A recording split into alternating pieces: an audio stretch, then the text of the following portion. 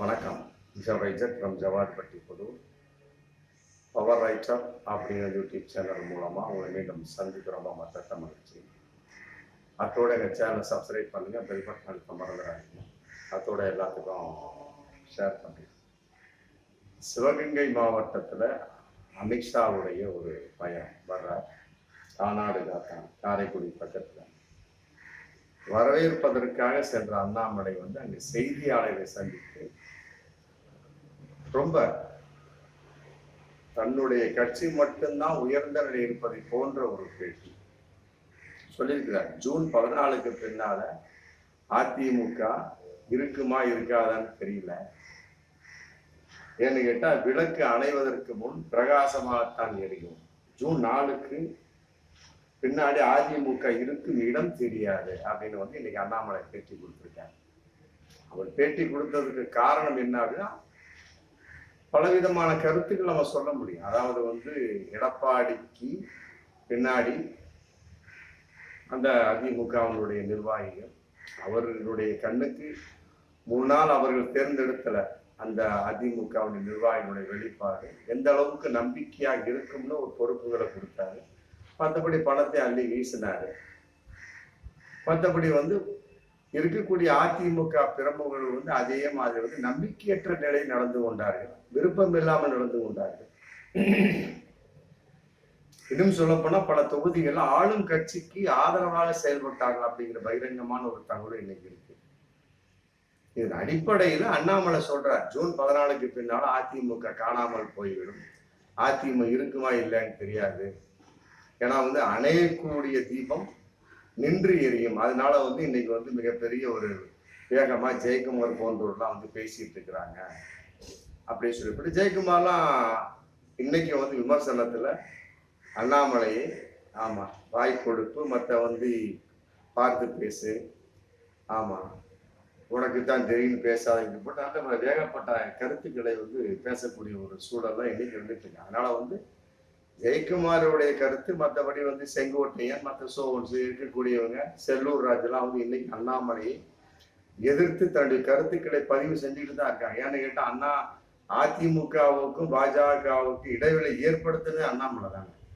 அதனுடைய பிரிவின் வெளிப்பாடு, கூட்டணியை விட்டு விலக்கிய வெளிப்பாடு பார்த்தா எவ்வளவு விலகிட்டாங்க. அண்ணாவை பற்றி தவறாக பேசுவது, அவரை ஜெயலலிதா அம்மையாரை பற்றி பேசுவது, பெரியாரை பற்றி பேச அப்படியே போயிட்டே இருந்தாரு. அதன் வெளிப்பாடு கூட்டணியுள்ள விலகி கூடிய ஒரு சூழல்.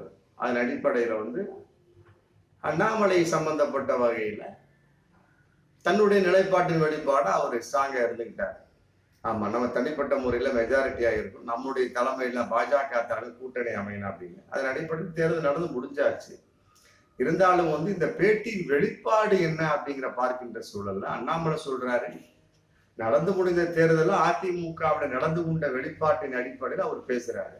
ரைட், அது அதிமுகவுக்கு மட்டும்தான் பொருந்துமா, பாஜகவுக்கும் பொருந்தும் அப்படிங்கிறது அண்ணாமலைக்கு ஏன் தெரியவில்லை அப்படிங்கிற மிகப்பெரிய ஒரு பகிரங்கமான ஒரு கேள்வி இன்னைக்கு இருக்கு. பாஜகவில் அப்படித்தானே ஏகப்பட்ட குளறுபடிகள். ஆமா, கட்டுக்கட்டா காசு கொடுத்தாங்க. நைரா நாகேந்திரனே இன்னைக்கு சிபிஐ சிஐடி சம்மன் அனுப்பக்கூடிய ஒரு சூழல்.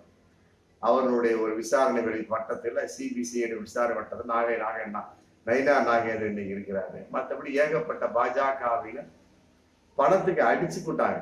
அடிச்சுக்கிட்டு வெட்டு குத்துன்னு இறங்கி ஏகப்பட்ட லிஸ்ட்டை கொண்டு வந்தாங்க. ஏன் அன்னைக்கு நடந்த போன 2-3 நாளைக்கு முன்னால் நடந்த நிர்வாக அவசரமாக கூடிய அந்த நிர்வாகத்துக்குள்ள ஏகப்பட்ட ஒரு லிஸ்ட்டை கொண்டு வந்தாங்க. அப்படி இப்படி இந்த அளவுக்கு பேசக்கூடிய ஒரு அண்ணாமலை அன்னைக்கு தைரியமா யார் யாருப்பா லிஸ்ட்டு கொண்டாங்கப்பா பார்க்கலாம், யார் யாருப்பா தவறு செஞ்சீங்க, யார் யாருப்பா கட்சியோட பணத்தை ஆட்டையை போட்டீங்க, யார் யாருப்பா பணம் வரல, யார் யார் இது கொடுத்த பணத்தை பிரித்து கொடுக்கவில்லை சொல்லுங்கப்பா அப்படின்னு சொல்லியிருக்கலாம்ல. இல்லையா அண்ணாமலை அந்த கூட்டம் ஆரம்பிக்கிறதுக்கு முன்னாலே அவர் சொல்லிட்டார், அந்த பண பங்கீடு மற்றபடி யார் துரோகம் செஞ்சா மற்றபடி என்ன வெளிப்பாடு அதை பத்தி யாரும் பேசவே கூடாது. கட்சி உட்கட்டு விவகாரம் மற்றபடி பண பங்கீடு சம்பந்தப்பட்ட பிரச்சனை எதுவுமே பேசக்கூடாது. வாக்கிய வங்கி சம்பந்தப்பட்ட வகையில் மட்டும்தான் பேசணும் கண்டிஷன் கொடுத்து தான் அந்த அவசர கூட்டமே நடந்திருக்கு. இந்த அளவுக்கு பேசக்கூடியவர் அதை செஞ்சிருக்கலாம் இல்லையா? அண்ணாமலையை அதிமுகவை குறை சொல்லும் அண்ணாமலை அதே நிலைப்பாட்டில் பாஜக இருந்து கொண்டிருக்கிறது அப்படிங்கிறது தெரியல அப்படிங்கிற மிகப்பெரிய ஒரு கேள்வி இருக்கு இல்லையா. கட்டாயமா பாஜக அப்படிதான் இருந்துட்டு இருக்கு. ஆமா, அண்ணாமலை அதை மறைத்து பேசி கொண்டிருக்கலாம். இன்னைக்கு அதிமுகவை நோக்கி என்னமோ தாங்க பெருசா நிலைநாட்டின மாதிரியும், மற்றபடி எங்களுடைய ஒரு நிலைப்பாதான் உயர்ந்தது, அதிமுக காணாமல் போகும் அப்படிங்கிற மாதிரி பேசிட்டு இருக்காரு. பாஜக இருக்குமா அப்படிங்கிற கேள்வி இன்னைக்கு இருந்துட்டு இருக்கு. பாஜக மிகப்பெரிய ஒரு தேசிய கட்சியா இருந்துட்டு இருக்கலாம். இன்னைக்கு மோடி கன்னியாகுமரியில தியானம் என்ற பெயர்ல கன்னியாகுமரியை அப்படியே போலீஸின் பாதுகாப்பு வளையத்துக்குள்ள மக்களுக்கு சிரமத்தை உட்பட்டு கொடுக்கலாம். ஆமா, அதான் உண்மை. மோடி தியானம் செய்கிறாரா இல்ல கன்னியாகுமரியில உட்கார்ந்து ஓய்வு எடுக்கிறாரா அப்படிங்கிறதுக்கு கேள்வி, பகிரங்கமான கேள்வி இருக்கு.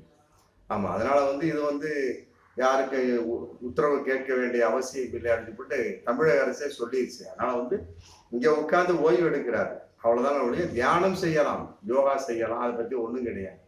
ஓய்வு எடுக்கிறார், அவ்வளவுதான். அந்த ஓய்வு எடுக்கிறதுக்கு கன்னியாகுமரி கிடைச்சதா அப்படிங்கிற மிகப்பெரிய ஒரு கேள்வி விவேகானந்தருடைய பாறையின் வெளிப்பாடு. ரைட், ஓகே, இருக்கட்டும்.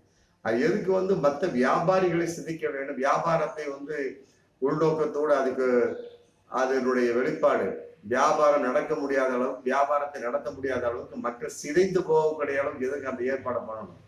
ஒரு உட்கார்ந்து இருக்கிறது அவர் தியானம் பண்ணக்கூடிய அளவுக்கு, ஓய்வு இருக்கக்கூடிய அளவுக்கு இருக்கக்கூடிய இடம் விவேகானந்தர் பாரு, அந்த வட்டத்தோட பாதுகாப்பு பண்ணிருக்கிறாங்க. இன்னைக்கு கன்னியாகுமரி முழுவதுமே ஏகப்பட்ட போலீஸா மக்கள் பயந்து சிதைக்க கொண்டிருக்காங்க. அப்படிங்கிறப்ப அங்க வியாபாரம் பாதிக்குதுல்ல, வியாபாரிகள் பாதிக்கிறார்கள், வியாபாரம் பாதிக்கப்படுகிறது. அப்ப இதனுடைய நஷ்டஈடை யாரு தருவா? புரியுதா? இதெல்லாம் பாஜகவிற்கு ஏன் தெரியவில்லை, குறிப்பாக மோடிக்கு. இது மாதிரிதான் அண்ணாமலை பேசிட்டு இருக்காரு. இன்னைக்கு ஜூன் 14க்கு பின்னால அதிமுக காணாமல் போயிருக்கு. Right, okay. பாஜக இருக்குமா அப்படிங்கிற பகிரங்கமான ஒரு கேள்வி இருக்கு. அதை அண்ணாமலை மறந்து விட்டார். அந்த அதிமுகவில் என்னென்ன பிரச்சனை, அதே பிரச்சனை, ஆமா, பண பங்கீடு பிரச்சனை பாஜகவில் உண்டு. ஆமா, ஒழுங்காக செயல்படவில்லை பாஜகவில் உண்டு. ஏன் ஜி.கே. வாசன் சம்பந்தப்பட்டவங்க இப்ப மிகப்பெரிய ஒரு குளறுபடி வந்தது. ஜி.கே. வாசன் அது சம்பந்தப்பட்ட ஈரோடுல அந்த பக்கத்துல இருக்கக்கூடிய தொகுதியில் நிக்கிறார். ஜி.கே. வாசன் சம்பந்தப்பட்ட தமிழ் மாநில காங்கிரஸ் வேட்பாளர் நிக்கிறார். அவருக்கு யாருமே ஆதரவு தரல. அப்படிங்கும்போது பாஜகவினர் ஆதரவு தரவில்லைங்கிறப்ப அந்த கூட்டணி கட்சி கூட்டணி அந்த வேட்பாளர் எவ்வாறு வெற்றி பெறுவார் அப்படிங்கிற கேள்வி இருக்கு இல்லையா. இது ஏகப்பட்ட இடத்துல நடந்திருக்கு. அதே மாதிரி தான் பல இடத்துல பாமகவோடு பாஜகவோடு ஒன்று இணையவில்லை அப்படிங்கிற ஒரு பயங்கரமான ரிப்போர்ட்ஸ் இன்னைக்கு போயிட்டு இருக்கு. அதையெல்லாம் கொண்டு வந்தாங்க. 2 நாள் 4 நாளைக்கு முன்னால் நடந்த அவசர கூட்டத்தில் அண்ணாமலை சொல்வதற்காக கொண்டு வந்தாங்க. ஆனால் அவர் தடுத்துட்டார். இப்ப அந்த கோஷ்டி பூசல, பண பங்கீடு, மற்ற சோர்ஸ் இதெல்லாம் பேசக்கூடாது. வாக்கு வங்கி, வாக்கு எந்த இடத்துல வெற்றி பெறுவோம், எத்தனை இடத்துல நம்ம தோல்வி அடைய வாய்ப்பு இருக்கு, அதை எவ்வாறு நிலைநிறுத்த முடியும், இதை பத்தி தான் பேசுறது போட்டு ஸ்டார்டிங்லேயே வாயை அடைச்சிட்டாரு. அப்ப ஏகப்பட்ட பாஜகவினருக்கு ஏமாற்றத்தை தான் கொடுத்தாரு, உற்சாகத்தை கொடுக்கல. எல்லாம் இருக்கிற கூட்டத்தை பார்த்துட்டு கிளம்பி போயிட்டு அப்படிங்கும் போதுல இந்த அளவுக்கு ஒரு மிகப்பெரிய ஓட்டையை வச்சுக்கிட்டு அதிமுக குறை சொல்ல என்ன உரிமை இருக்கு அப்படிங்கிற கேள்வி இன்னைக்கு வந்தாச்சு அண்ணாமலை மேல. அதே எனக்கு இன்னொரு சொல்லியிருக்கிறார், இஸ்லாமியர்களையும் கிறிஸ்துவர்களையும் நான் எந்த இடத்திலும் அவமதிக்க மாட்டேன். நான் அவமதித்தால் இந்து மதத்திற்கு செய்யும் தீங்காக, தவறாகத்தான் அமைந்துவிடும் இது அமைன்னு சொல்லி கூட சொல்லியிருக்கிறார்.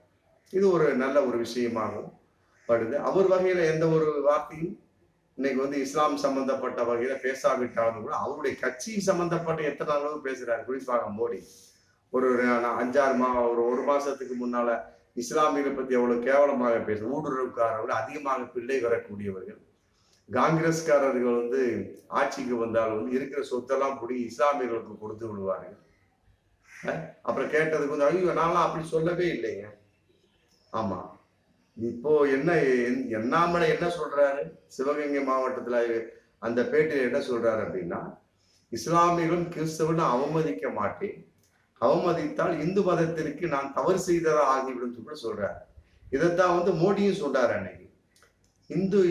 இந்து மதத்தையும் இஸ்லாமியர்களும் நான் அவமதிக்கவே கிடையாது, அவமதித்தா நான் பொது வாழ்வுக்கு லாயக்கற்றவன் அப்படிங்கிற மாதிரி சொன்னார். அப்ப இருவருமே கூடி வச்சுட்டு பேசுறாங்களா அப்படிங்கிற கேள்வி இந்த இடத்துல வருது இல்லையா. பேசுறதெல்லாம் பேசிட்டு இதுல அண்ணாமலை எக்ஸப்டா இருந்தா கூட மோடி பேசக்கூடிய அளவுக்கு இருக்கு இல்லையா. அப்படிங்கிறப்ப அதற்கு அந்த அவருடைய கருத்துக்கு அண்ணாமலை என்ன பதில் சொல்கிறார் அப்படிங்கிற இன்னொரு கேள்வி இருக்கு இல்லையா? இப்படியெல்லாம் பல குறைகளை வச்சுக்கிட்டு அதிமுகவை குறை சொல்லக்கூடிய அளவுக்கு அண்ணாமலைக்கு என்ன தகுதி இருக்கு அப்படிங்கிற மிக பகிரங்கமான ஒரு கேள்வி இன்னைக்கு போயிட்டு இருக்கு. ஜூன் 14க்கு பின்னால அதிமுக கண்ணுக்கு தெரியாமல் போய்விடும், இருக்கும் இடம் தெரியாமல் போய்விடும். அது அப்புறம் அதே பிரச்சனை பாஜகவுக்கு இருக்குது, அதை மறந்துடாம அண்ணாமலை அதே பிரச்சனை இருக்குது. ஆமா, அதை மூடி மறைச்சிங்களா 2 நாளைக்கு முன்னால நடந்த அந்த ஆலோசனை கூட்டத்துல ஏன் பப்ளிக்கா எடப்பாடி ஐயா கேட்ட மாதிரி கேட்டுக்கலாம்ல? எடப்பாடி ஐயாவுக்கு இருந்த தைரியம் கூட அண்ணாமலைக்கு இல்லை அப்படிங்கிற விஷயம் இதுல இருக்கு.